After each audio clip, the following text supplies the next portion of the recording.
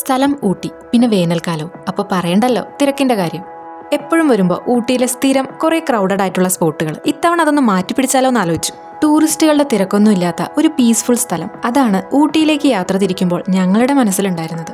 പിന്നെ ഒന്നും ആലോചിച്ചില്ല, ഊട്ടി ബസ് സ്റ്റാൻഡിൽ നിന്ന് ഒരു ബസ് അങ്ങോട്ട് കയറി.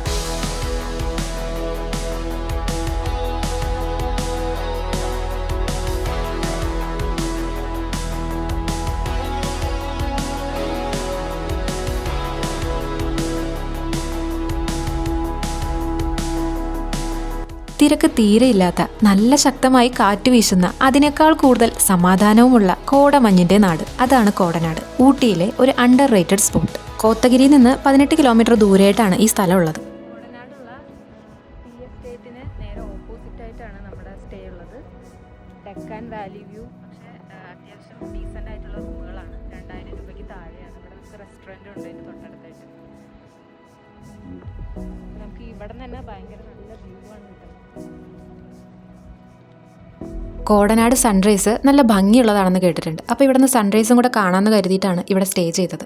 കോടനാട് ടീ എസ്റ്റേറ്റിന് തൊട്ടടുത്തായിട്ട് തന്നെ നമുക്ക് സ്റ്റേ ചെയ്യാനായിട്ട് കുറച്ച് റൂംസൊക്കെ അവൈലബിൾ ആണ്. അതിൽ ഞങ്ങൾ താമസിച്ച റൂമാണിത്. അത്യാവശ്യം മെയിൻ്റനൻസ് ഒക്കെയുള്ള റൂംസ് തന്നെയാണ് കേട്ടോ ഇവിടെ ഉള്ളത്.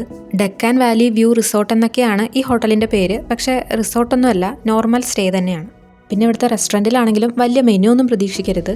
ഇവിടെ തന്നെയുള്ള 1-2 അമ്മമാർ വന്ന് നമുക്ക് ഭക്ഷണം ഉണ്ടാക്കി തരികയാണ് ചെയ്യുന്നത്. താമസിക്കുന്നതിന് ഒരു 200 മീറ്റർ അടുത്തായിട്ട് തന്നെയാണ് ഈ കോടനാട് വ്യൂ പോയിന്റ് ഉള്ളത്. അപ്പോൾ രാവിലത്തെ സൺറൈസ് നമുക്ക് വേണമെങ്കിൽ ഇവിടെ വന്ന് നിന്ന് കാണാം, അല്ലെങ്കിൽ നമ്മുടെ റൂമിൽ നിന്ന് തന്നെ കാണാവുന്നതാണ്. സൺറൈസ് കാണാൻ വന്നപ്പോൾ പുതിയതായിട്ട് 2 പേരെ കൂടെ പരിചയപ്പെട്ടു. തൊട്ടടുത്ത റൂമിലെ ഒരു ആൻറ്റിയും ആൻറ്റിയുടെ പെറ്റായിട്ടുള്ള ഷീഡോയും. അപ്പോൾ അത്രയേ ഉള്ളൂ. മറ്റൊരു ട്രാവൽ സ്റ്റോറിയായി നമുക്ക് വീണ്ടും കാണാം.